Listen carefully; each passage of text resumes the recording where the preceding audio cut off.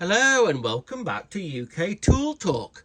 Right, in today's episode, it might end up being a couple of episodes, I'm not sure, is we're going to do more of a deeper dive into this Makita battery system. I have done some other videos about this SDS drill a little bit, but that was maybe a couple of years ago, so we're going to dive back in and I'm going to try and explain what these were all about, try and sort of like guess what the theory was from Makita to kind of like bring these tools out. This is the 24 volt range from Makita. They had dedicated batteries. This one is a 2 amp, and this one's a 3.3 amp nickel cadmium batteries.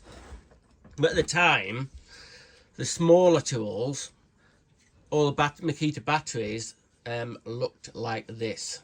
So when did this strange Makita 24 volt tool system or tool platform come out?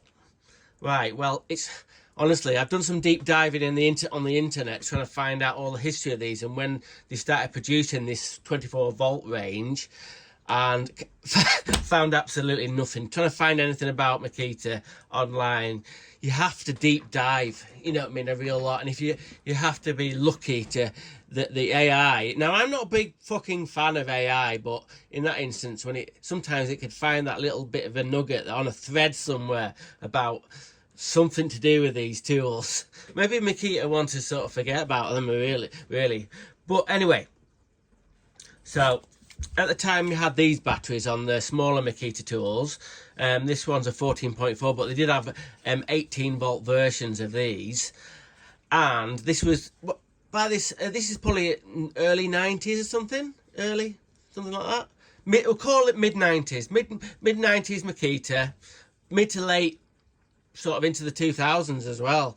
So this is what the batteries are like. Now, sometime in the 90s, maybe, I think it's mid 90s, it might have been a lot later on, but anyway, fucking hell, my memory's not very good. Anyway, so we'll say we'll say 2000 or whatever. I think it was a bit earlier than that, but anyway, so we'll say 2000 just to make it, could be, anyway, we'll say 2000. So Makita bring out this 24 volt range. You could get an SDS, you could get a Combi drill, and then I'm going to put on the screen in a minute what the other tools is. There's a few more, I think a circular saw, recip saw, and a torch. That's about it, very small range. Here's the recip saw, looks pretty good. This is the circular saw, and this is the adapter to go remotely so you don't have all the weight on the tool. You can have a cable and you can have the battery on its own. It has a chunker, a 1/2 inch impact driver as well. And also, it's the torch. Of course, I've got to torch. I bet that bloody weighed an absolute ton. But never mind. So, at the time you had the Makita 18 volt back, but Makita must have thought we need to up the power, and they wanted to change the battery system, how it locates onto the tool as well. So what they did was, this was the first Makita tool, if I can get it off. Yeah. This is the first Makita tool to have a slide-on battery rather than a push-in battery. And yeah, notice anything familiar with this setup, with the yellow tab there? So this could have been 8 or 9 years before Makita LXT came out. And they were already thinking about this kind of battery sort of system. Battery slide-on system or whatever. Anyway, so you can see the rails are similar. Obviously, these ones are longer. And where the tab is that holds the battery to the tool, it's got you can see that it's got a metal band over it to protect it, and on the tool it's got a metal thing to sort of locate with it. I'll show you in a minute. And the Makita is obviously not. Yeah, the rails are the same, but this bit's just plastic here, and that locates onto the actual clamshell of the tool. But did this turn into this? Or were Makita maybe talking about sort of really early on trying to do a 24 volt sort of lithium battery to go into some 24? Don't know. We'll probably never know unless someone else knows. I doubt it. They had this system running for maybe, I thought it was going to only from like the late 90s up to sort of 2008 or something, because in 2008 that's when you could get an LXT SDS drill, so there's no reason to have this. Yeah, it probably, it's quite powerful in its day. These batteries are completely fucked. I've got a charger for these, which I'll show you in a minute. But yeah, you can actually buy these. Well, sort of copy ones. It may be, you can't obviously buy new ones. I don't think you can anyway. So you can buy copy ones of these, and they're bloody hell about 50 quid. No, they're more than that. I think they're about 70 quid for the battery. So yeah, so I'm not buying one of them. I have tested this. And how have I done that, John?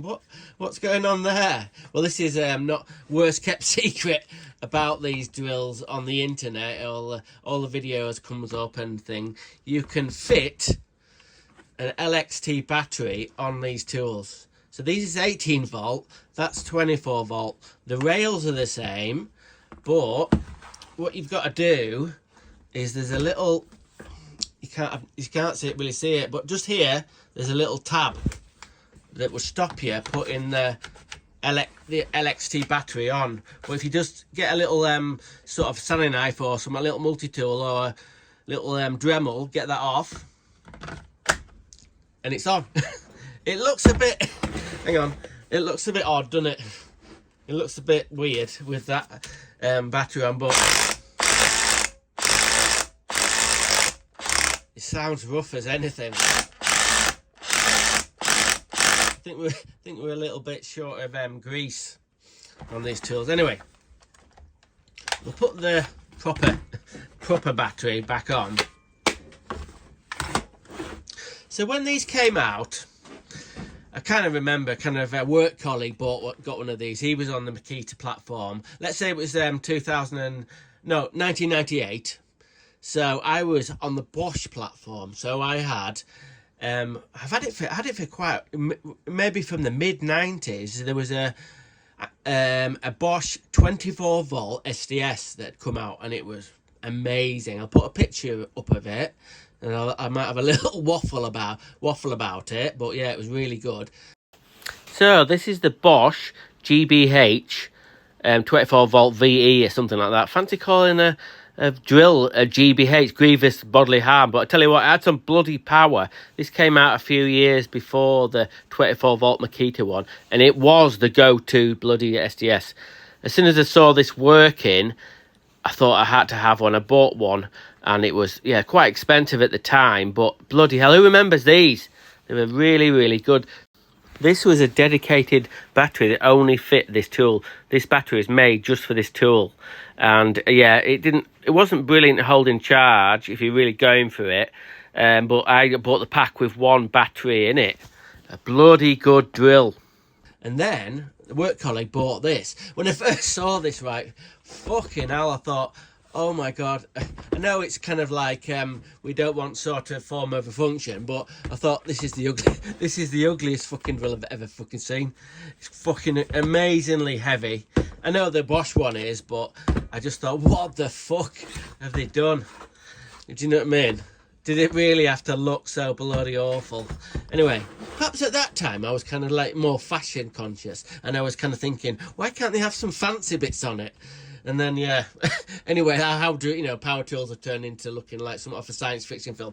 Anyway, so at this time, he was, my work colleague had one of these and said it was really, really good. But I was on the Bosch platform and, do you know what I mean? It wasn't until late, it was 2010 or something, maybe, that I kind of switched over from Bosch to Makita. I think it was then. But look at this.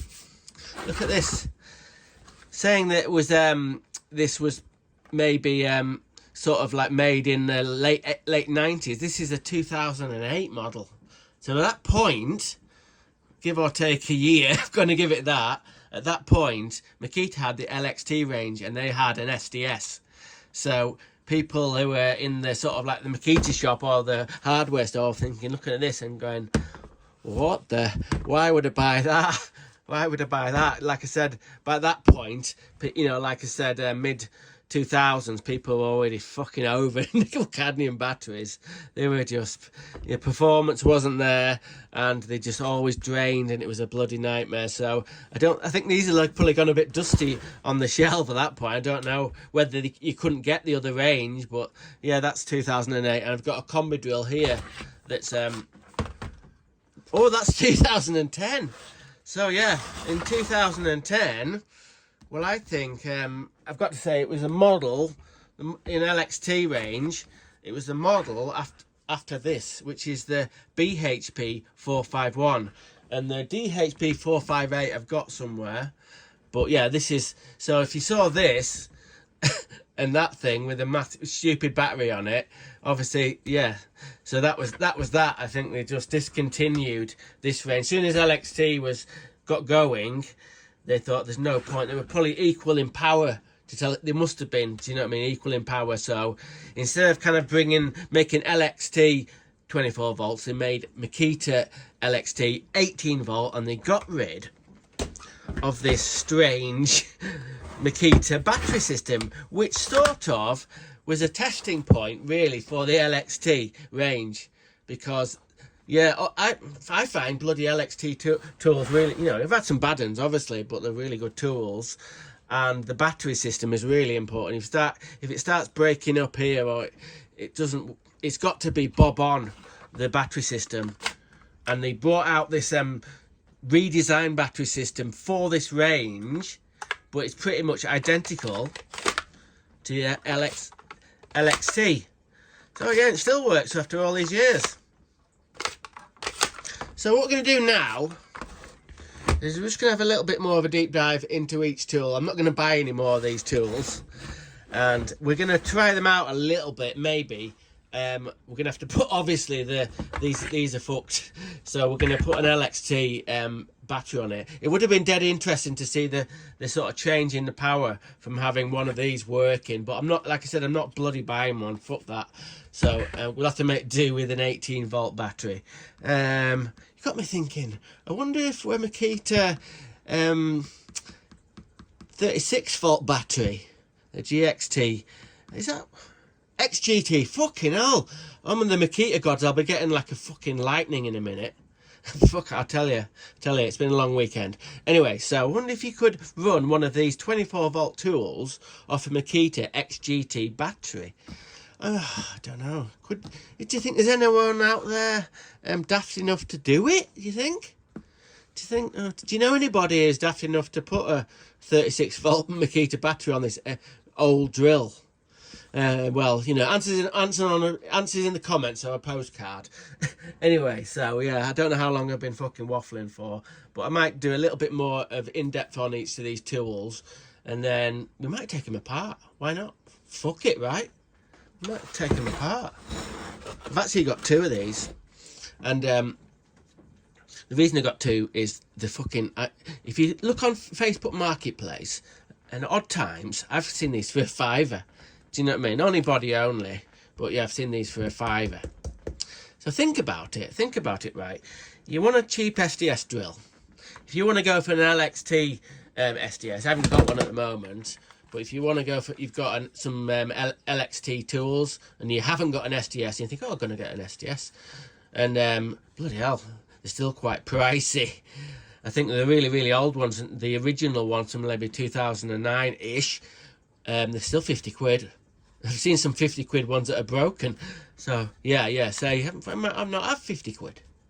But, what if you bought the body of this, did a little bit of jiggery pokery with a plastic, and then you've paid a £5 for an SDS drill.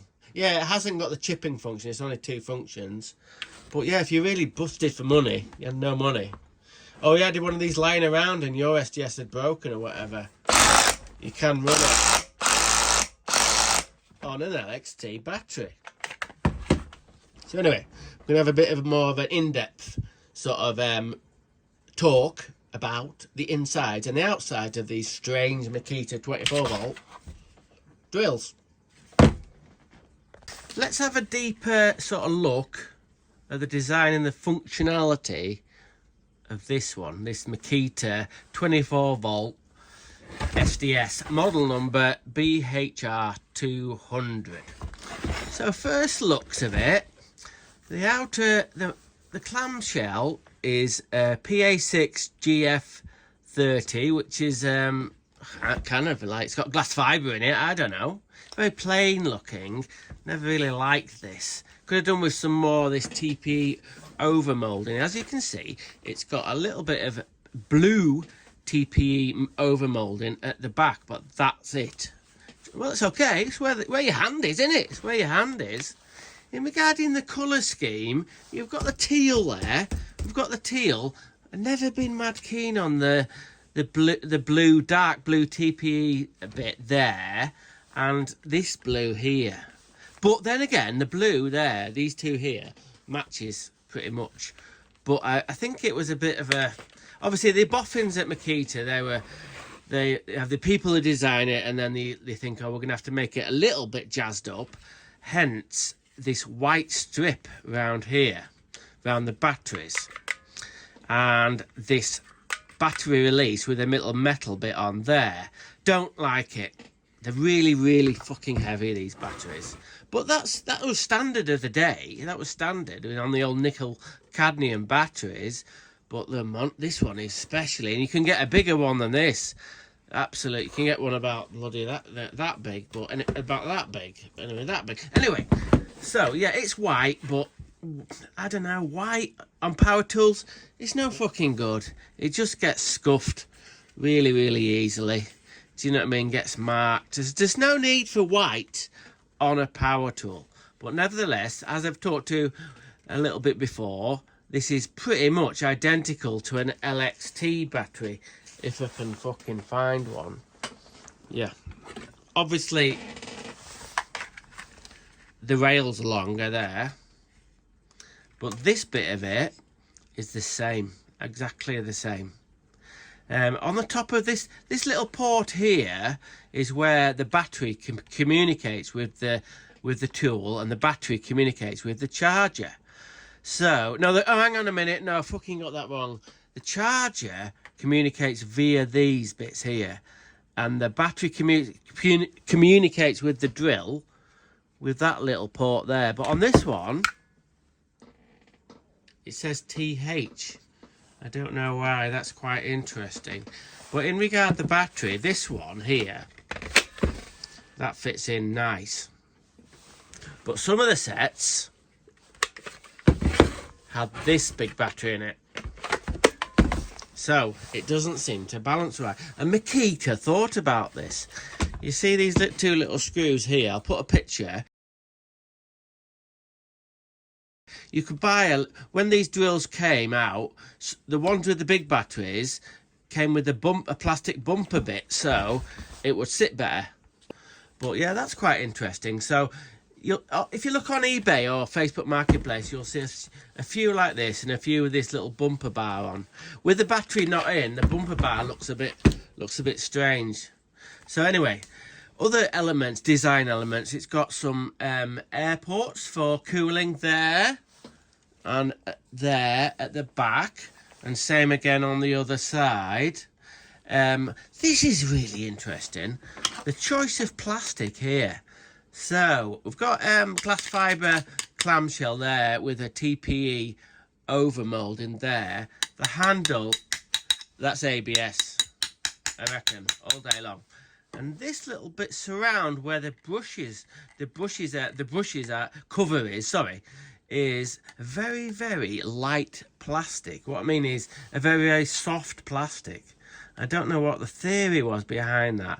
And if you can look closely, it's got like a little sparkle to it. So when they manufactured this piece here to go in, I don't know quite how if it comes out, but it was an overspray to make it a little bit sparkly. But yeah, oh, it's just glued on, you can see that. I'm not going to take that off for now. that's glued on there. So it's got 3 settings, which is quite good for, this is really good. A lot of the early SDS stuff didn't have the hammer setting there. And the way this works, this little orange bit goes in, and then it's really easily. For a tool that's this old, you'd have thought sometimes these get a little bit gummed up there, and they get a bit tight. So if you swing it right back to the hammer setting, that's cool, but it's also got this little indent there. When you put it on there and you've got like a spade bit, you can turn it where you want it, and then when you lock it on, it stays in that position. So the grab handle here is it's not that good. It's all right. It's all right, but yeah, and a standard SDS head to put the bits in, and it's got this. I've never bloody used one of these. I don't know. I've never seen the. Perhaps I haven't been doing like precision stuff, but this is a little bit you put in so you can get all your holes drilled in the right depth. I suppose if you put in certain wedge anchors in, it might be quite handy that. So take that out again. So overall, I still say it's a bloody ugly looking thing. Like I said, I'm not really into all the plastic overmoulding, the TPE overmoulding on stuff, but hell, there's a lot of bloody screw holes in it, isn't it? It's quite a heavy drill. So let's have a look at the battery connection. It looks to me, oh look at this, Phil Woodruff used to own this drill. So you can see this metal bit at the back here.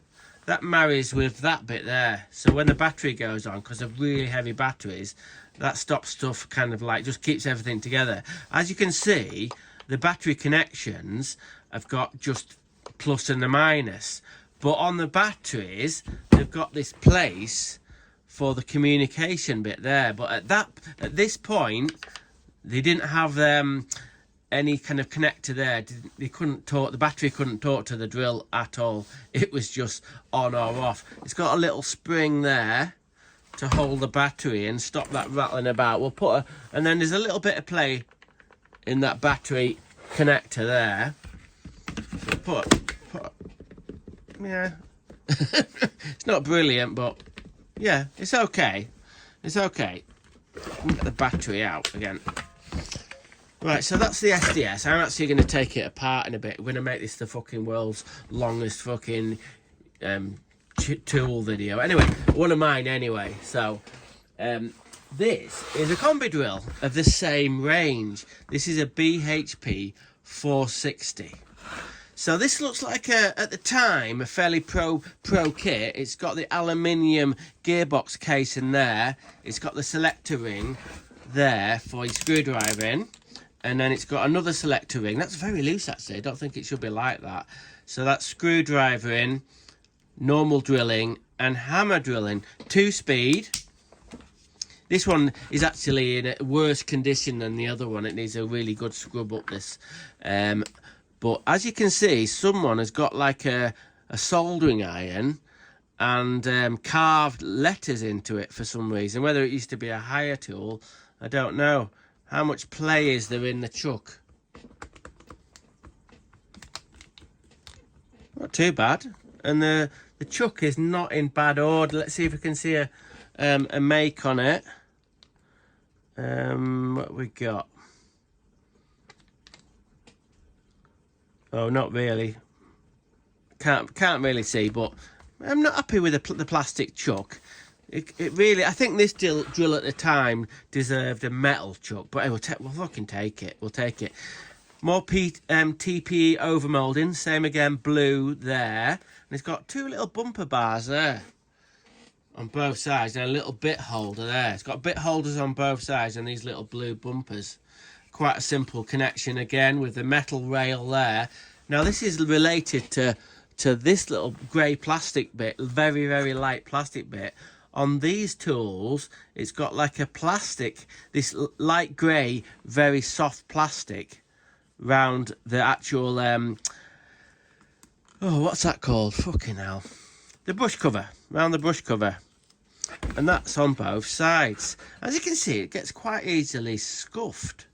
I think personally, I don't know, this design element, I've never been keen on it really. I don't like the plastic they've used in this.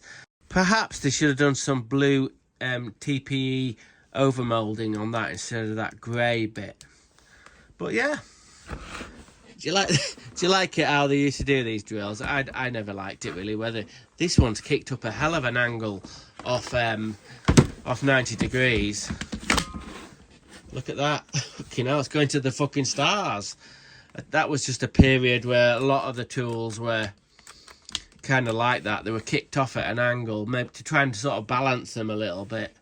Right, so what we're going to do now, if I can be arsed. No, I'm going to do it. We're going to take the clamshells apart and have a quick peek inside of these two drills and see how different they are or the same as a modern drill, and see what the kind of like the quality is like. I think it's going to be pretty good, but let's get inside let's say this one first and then have a look at the insides, the guts of it, as they say. Got a lot, bloody hell, got a lot of screws to take out. What do you reckon? Anyway, as you were.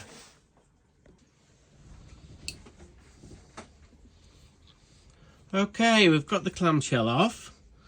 The quality of the clamshell is really, really top notch, and it's very clean. I don't think this tool has had that much wear really, not a lot of use, judging by even sort of like a little bit of use would coat the insides of the clamshells with dust and stuff. Anyway, yeah, fairly standard battery connection there, Makita one.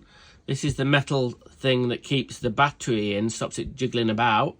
Pressed mild steel with a bit of a zinc coating. That's quite a nice little part, that. So yeah,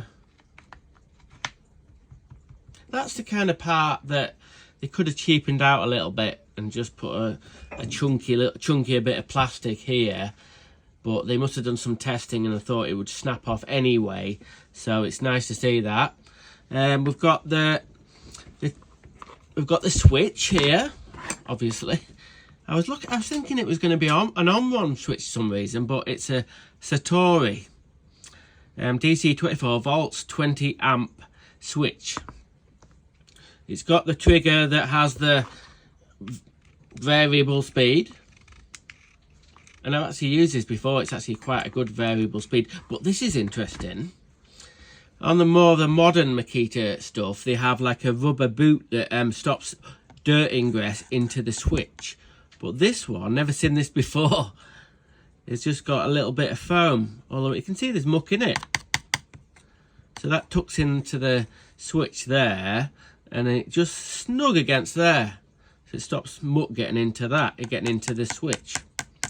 So, battery connections, like a pink and a black for some reason. That's a bit weird. Anyway, so, and then the other three cables, blue, black and yellow, they go to the heatsink. Now look at that, it's quite a big heatsink, isn't it? Yeah, it's a big one. So we're going to go into my explanation about... Anyway, heatsinks are there if sort of the switch gets hot, or some of the elements gets hot, or the wires or whatever.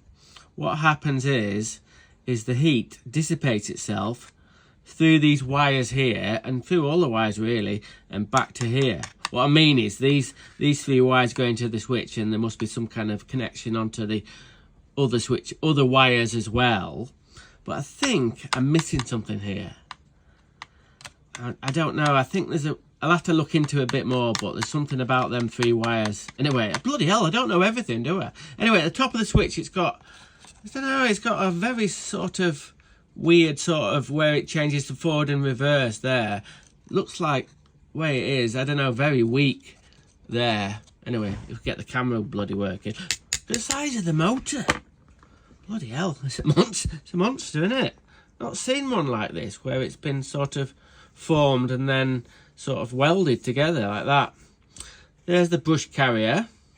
The brushes look similar to a Makita, them early Makita angle grinder ones. Is it a DJA 452 or something? Yeah, similar sort of thing, as a cap like that.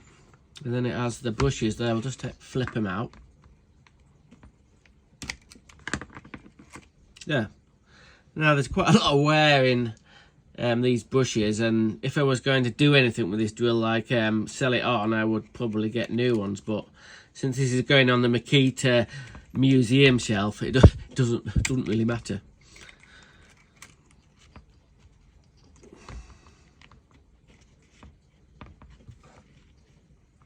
So going back to the heatsink a little bit, obviously if things start getting a bit hot and this starts getting a little bit warm, we don't want that. So here is a fan, and it's got underneath there is there, and it sucks fresh air in, and it cools all the motor down, cools the brushes down, cools this bit down, and then it hits this side of the aluminium heatsink. So that'll help to dissipate the heat out of that, and then it can kind of go around a little bit and through them little notches. So the airflow goes round, sort of hits this, and then out again. So yeah, now the next thing we're going to talk about, I'm going to pull the camera in a little bit, is this amazing mechanical wonder that is the 3 settings in this drill to go from normal drilling, hammer drilling, and just chiseling. So we're going to go into that in a minute. Right, look at this. It's like a mechanical marvel.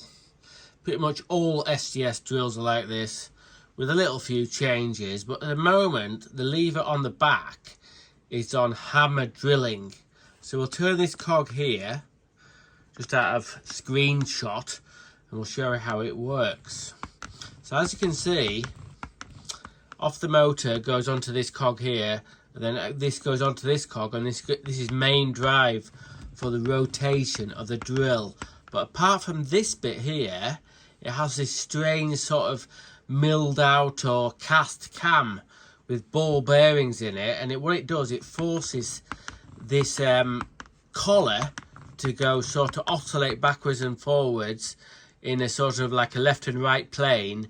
And this bit here at the back is the hammer, so that goes up inside here, and there's a connector bit with it, something to do with the spring. I don't know every fucking little thing about it, but yeah, that makes it do proper hammering with that bit of a piston going backwards and forwards.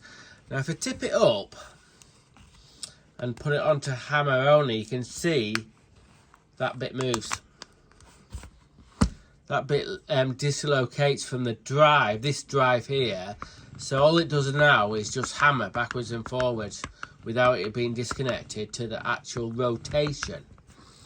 So then, if I put it right round, try and do it carefully, onto drill only, it pushes it off this bit here.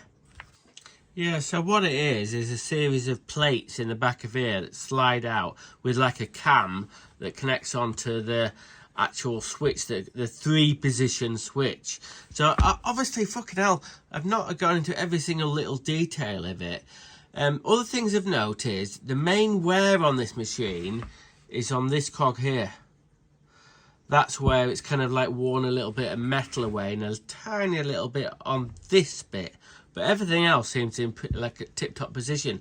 I'm not going to fucking take all this to pieces, because I think I've gone into it before, maybe, but I'm not going to go deep dive into it. But there is other details that I need to talk about.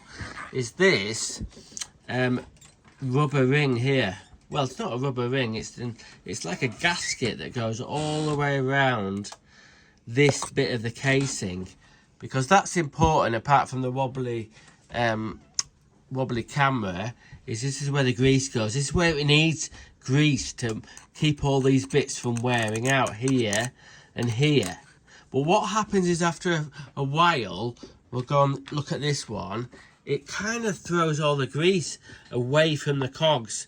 So it gets to a point where the cogs and the grease are sort of separated. There's a bit of a gap between the cogs and the grease. So hence that was making a bit of a noise when I had it running before.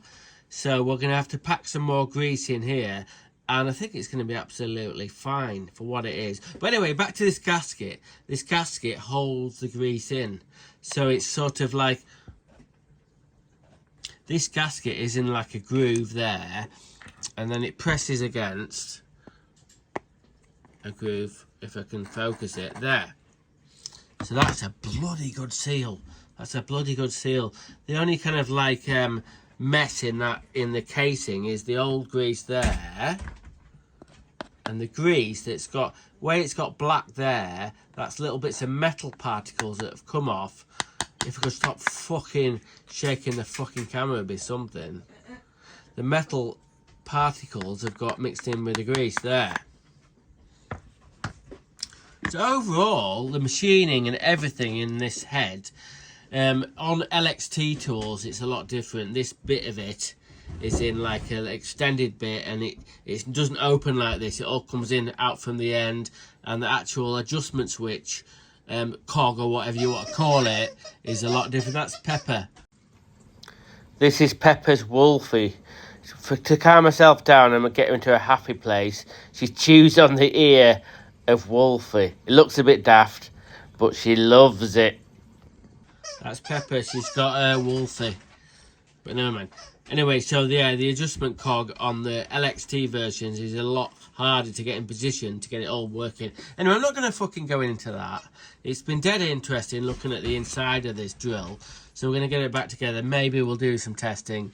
I don't know. I might dive into it a little bit more, because like I said, this is just going to be like going on the Makita Museum, and it's not going to be used. So I might know what the fucking crack is. I'm going to go and put this back together a bit, and I'm going to look at the Combi drill. Rightio. Okay, let's have a quick peek into this 24 volt Combi drill. As you can see, I've already taken it to bits. There wasn't any point doing all the bloody taking all the screws off on camera, as they say. So anyway, things of interest in here. What do we talk about first? A clamshell is good, but I'm a bit concerned about this area here. There's a lot of weight in the battery there, and I know it's got that metal bit again that sits there, but it just seems really weak there. It seems like they should have had some more sort of what do they call it, strut work, more strength there.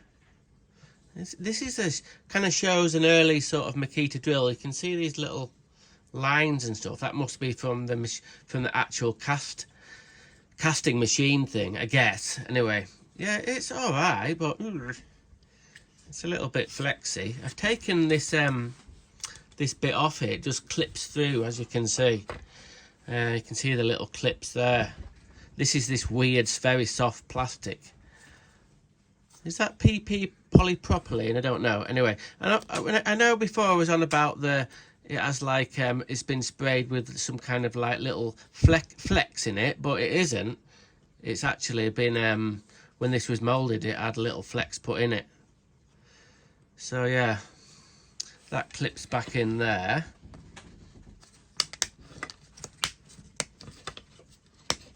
Like so. I suppose if it ever really got knackered and destroyed, you could replace that bit, but anyway.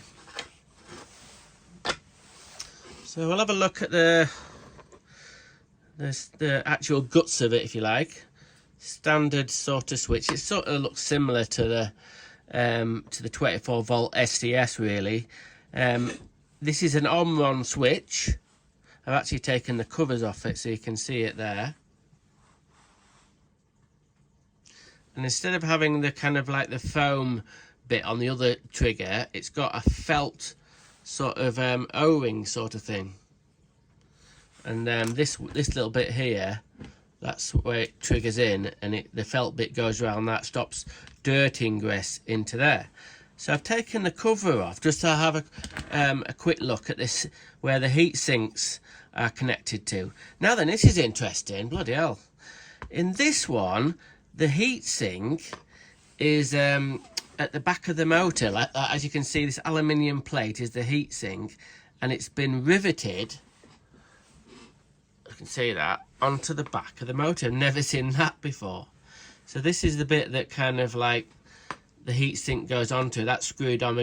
Behind the back of there, it's got some of that heatsink sort of what's it called? Heatsink paste, to make a good connection. But in the other drill, we had 3 colours there, but they're all like a very dark grey. Weird cables. Weird cables. Anyway, so the 3 cables go into the switch, and you see that one there? That one goes onto the neutral, and then one of them must go onto the live somehow when it's running, and then the other cable there goes onto the circuit board. I kind of, yeah, expected a circuit board. I wish I knew more about circuit boards, and I don't know, this looks like a chip or something. There's got to be something to do with the variable speed. When that goes in and out, there's a bit at the back there, the contactors, that sends a signal saying how much power to give to the motor. I'm not going to take this out. This is actually soldered in. You can see these blue dots here. They're soldered in. But yeah, we've got chips, and we've got resistors and all sorts of shit going on there. So I was hoping to dig a little bit deeper into here, but I'm not going to. Anyway, quite a chunky motor, as you can see. These are the 2 brushes. Similar to the 24 volt, and again, similar to the early Makita grinders, it's got these kind of brushes. These look nearly the same as the brushes off the grinder rather than the 24 volt SDS. A little bit of life left in that. Not too bad. Put that back on. Okay, that's back on. Not much to say about that really. We'll have a look at the head. I'm not going to take this to bloody bits before you ask. I can't be bothered. I just wanted to show you this the gear selector arrangement. So they had the little thing, the little toggle switch that goes from speed 1 to speed 2, and on this one you can see it's what it does. These pins hit this sort of like steel ring with like a pin in it there. They go into both sides and they grab hold of a cog in there. So that's dead simple. And when they went onto LXT, they must have thought, I don't know whether they had problems with this, but it just seemed like there's a chance you could get muck could get dragged into here and it would gum up. I don't know. It's very strange how light it is on that. Might take it to bits, might not, probably won't. But look at this. Yeah, so look at this. Off the main motor there, that's got a metal bit there, a metal cog. And then this bit here, it's all plastic, well, nylon. I'm not saying it's a crappy bit of plastic, but yeah, it's just this bit's nylon here.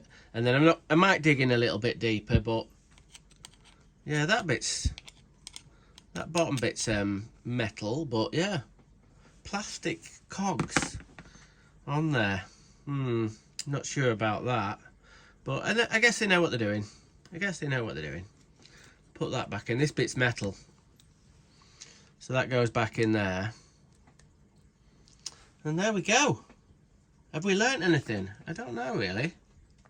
Kind of weird design elements. Some of it's really good. The switch is really good. The motor looks pretty good, but then there's some sort of, I don't know, cheapening out with the plastic elements. So maybe it's not the pro tool that I thought it was.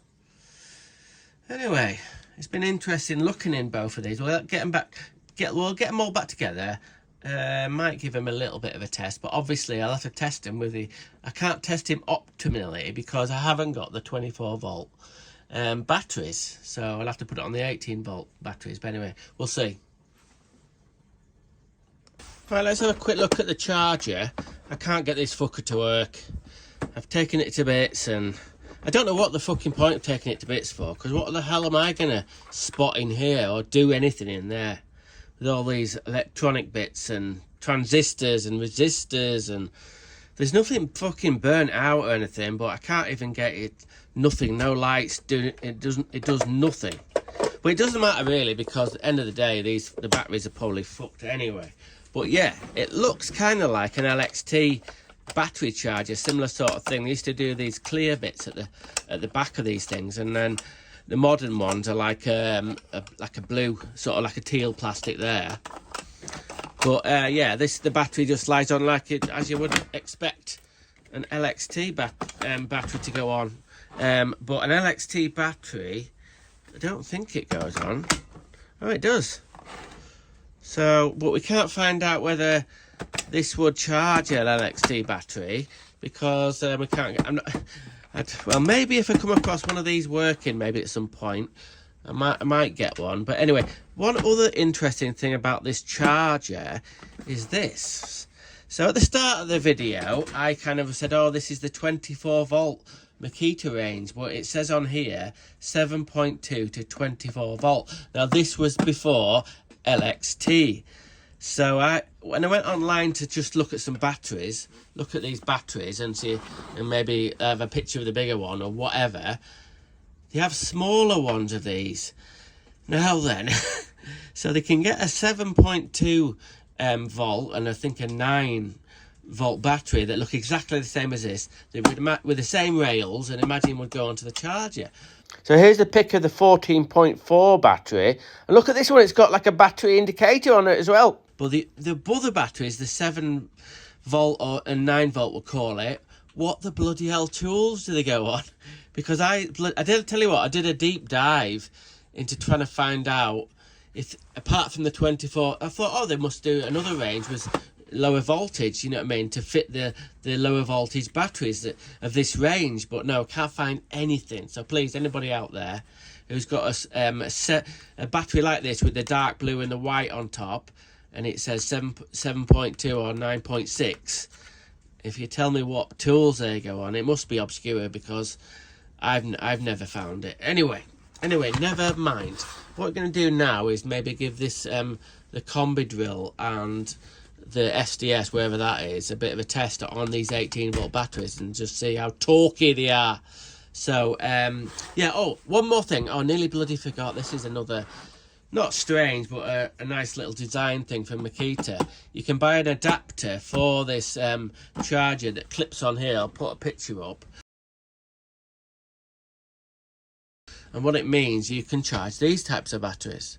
So it has this strange sort of like funnel that comes up, and then it goes into the like that. I'll put a picture up, and then that's another little option. I bet people have fucking switched off after 10 minutes. Never mind.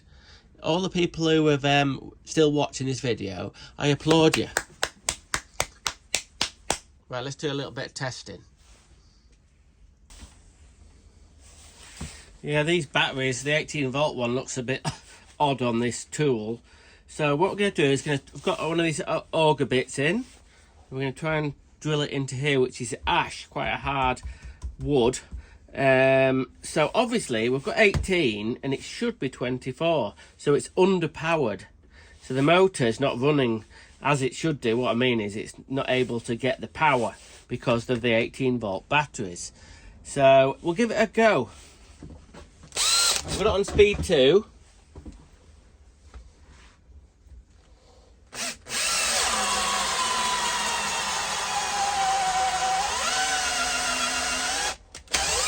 It's got plenty of torque.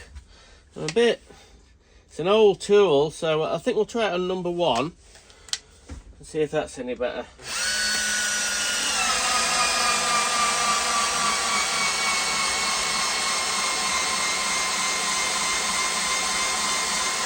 Christ, I can hardly hold on to it. So, yeah, it's not bad, it's not bad.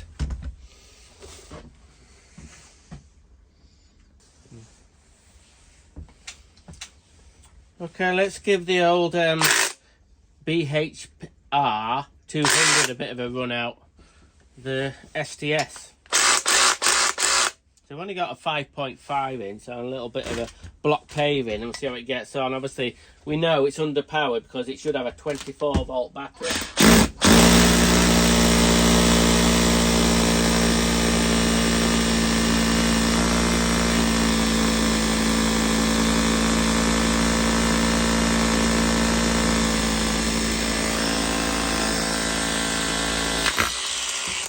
Pretty bloody good.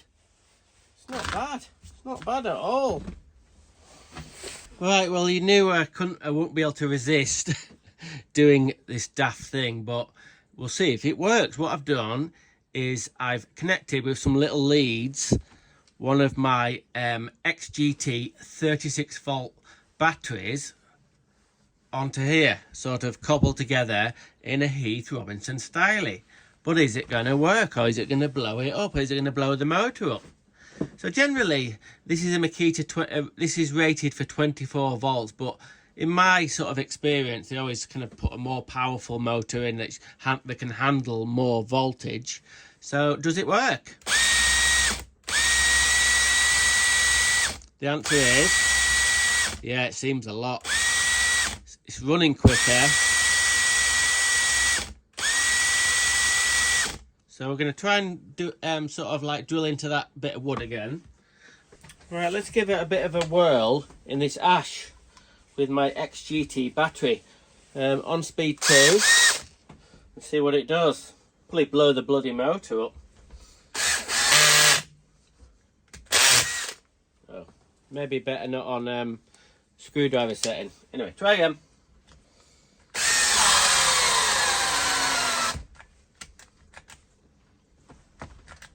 Oh.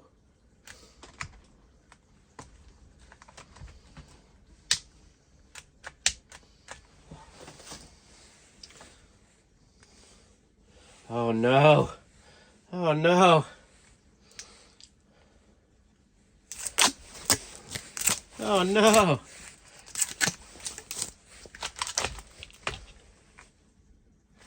Oh no.